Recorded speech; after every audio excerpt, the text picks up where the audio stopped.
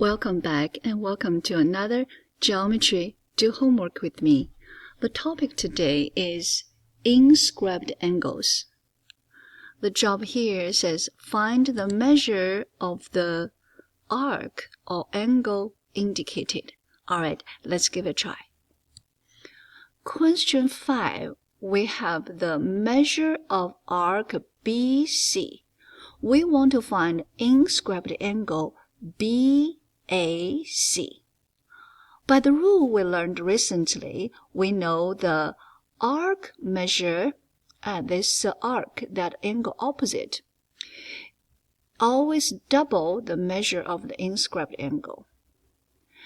Therefore, we know the measure of this inscribed angle is a half of the arc measure that it opposites. Therefore, this answer is 40 degrees. Of course, we want to write nicely. We say measure of the angle BAC, or you can say measure of angle CAB is 40 degrees. This time, question 6, we know the inscribed angle measure. What is the arc that it included? This arc is measure of arc WV or measure of arc VW. From angle measure to the arc measure, well, time 2, okay? Multiply by 2. Therefore, the answer is 84 degrees. All right, let us look at question 7. In question 7, we're going to use 2 rules. Remember, on the whiteboard, you followed me. We draw a circle together. Then we constructed a diameter. Then from the diameter, we construct several triangles. And we use different colors. And we see no matter what we do, all these triangles, they are right triangles. You're right.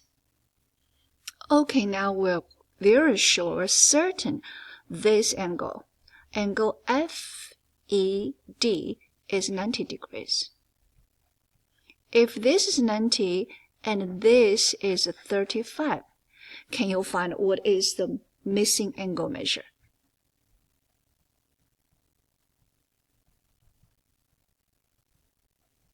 All right, we're good, we're right. Now this is a 55. This one I'm going to get a different color for you. This is a 55, which means the arc it included here should be 55 times 2. And we will have 110 degrees. All right, your job is to try this one all by yourself, okay? And find this missing angle measure, and you will know what is arc DC. All right, we continue. This time, the rule we're about to use is different. First, I would like to introduce what is this polygon whose vertices are on the circle. This type of polygon is called inscribed polygon. If it's inscribed polygon, this polygon is inscribed on the circle, which means the opposite angles, they're always supplementary. So angle V is 119. Angle G is supplementary to this one. Therefore, angle G will be 180 minus 119. Let's try one more time. Angle H and angle F, these two opposite angles are supplementary. Therefore, in order to find angle F, I simply subtracted from 65 degrees. Question 10, you use the same idea as a previous question. I'll give you a little bit of help here. In order to find angle RSQ, we need to know the included arc. In order to know the included arc, we need to figure out what is measure of this arc. Okay, once you figure this out, and you will be able to find this missing arc measure. All right, let us continue. Now we're looking at question 11, solve for x. PQ, measure of arc PQ is 30x. And this KP, measure of arc KP is 50 degrees. Ask us what is x. And we realize if we look at angle KRQ, we realize 50 degrees plus 30x is the included arc measure to this angle KRQ. So, if we know the angle KRQ, we would be able to set it up. What is angle KRQ's measure? Look at this. This is a inscribed polygon, which means I actually can call it angle P and angle R. P and R are supplementary. If you are 110, I will be 180 minus 110, I will be 70 degrees. If I'm 70 degrees, means the arc measure will double this 70. So I can set up as 70 times 2. Now I can solve for x. I'm looking at a question 13. Really interesting question. This is what we can approach. It asks us to find measure of angle NLM. So what is this one? In order to know this one, think about if you know LNM, you will be able to know NLM. Why? Because this angle and this angle, they are complementary. What does complementary means? Means they add together is 90. But wait a minute, how do you know it's complementary? The key is right here. Did you say this is a diameter? And remember we talked about the diameter and this angle, opposite diameter, this angle has to be 90, which means this is a right triangle. If it's a right triangle, it means these two angles add together is 90 degrees. Okay, then we'll continue. I'm going to speak a little bit slowly. I hope that you are following the words I say. This is angle LNM. The included arc is arc LM. So we're going to write down arc LM is 13x minus 10. And this angle LM included arc is arc NM, and it is 7x minus 10. Remember, these two angles added together is 90, right? Which means if I add these two arcs together, it will be 2 times 90. Therefore, around the space, I will just write down like this. 180.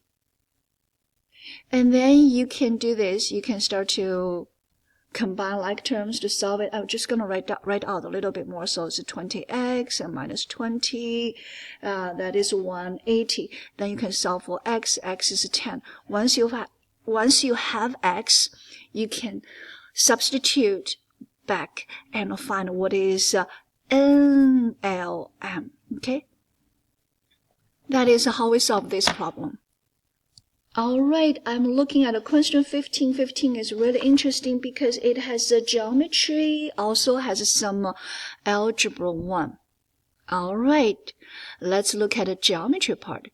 The geometry part says, I know this is an inscribed polygon, therefore I can set up like this, 10x plus 16y plus 6 equals what? Supplementary. So it's 180 degrees, right? And I'm going to set up one more time. And these two guys says 4 plus 18y plus 10x minus 6, you guys are supplementary, so it's 180. Look a little bit messy right now, but that's okay. We're going to clean up, combine like terms, see what we have. After we combine like terms, the first one, I'm going to call this first one, and has really clean looking. It says this. All right, and the second one, second equation become 10x plus 18y and equals 182. All right, I hope you still remember in Algebra 1, you did solve a linear system of equation. What is a linear system of equation? Linear, the graph going to be straight line. System, I have two. That's a system. I have beautiful brace here, okay? And equation, equations. All right, so that's a quick review. What is a linear system equation? How do we solve it? You can add and subtract the numbers. You can multiply them, right? You can also add, subtract the equations. And sometimes you do need to multiply first. All right, but this one, we can simply subtract them. I'm going to call this guy my new 2. And this guy is my new 1. I'm going to use new 2 minus new 1. Equations, yeah, equations can subtract each other. And copying down. And subtraction. And subtract. Let's see what we have. We have 2y is here equals what? 182 minus 174. That gives us 8. And y is 2. Yes, we got it. Once we got y is 2, I'm going to change the color. You can send it back here, or you can send it back here. I'm going to do on this blank space, okay? Y is 2. You can definitely find x easily. And then you find x. X is 11. All right? And x and y, you can say x is 11 and y is 2. Okay? All right, that's how we do this. 15 and 16, exactly same type of question. Go ahead and try 16. You might feel you're struggling a little bit. Remember, just like when we're doing exercise, when you're struggling while you're doing planks, when you're struggling while doing squats, your muscle is growing. Go through the struggle, and you will see the success. And we thank you, God, for this peaceful time we can learn together. We thank you for the wisdom He generously gave to anyone who pray for it. And in Jesus' name, amen.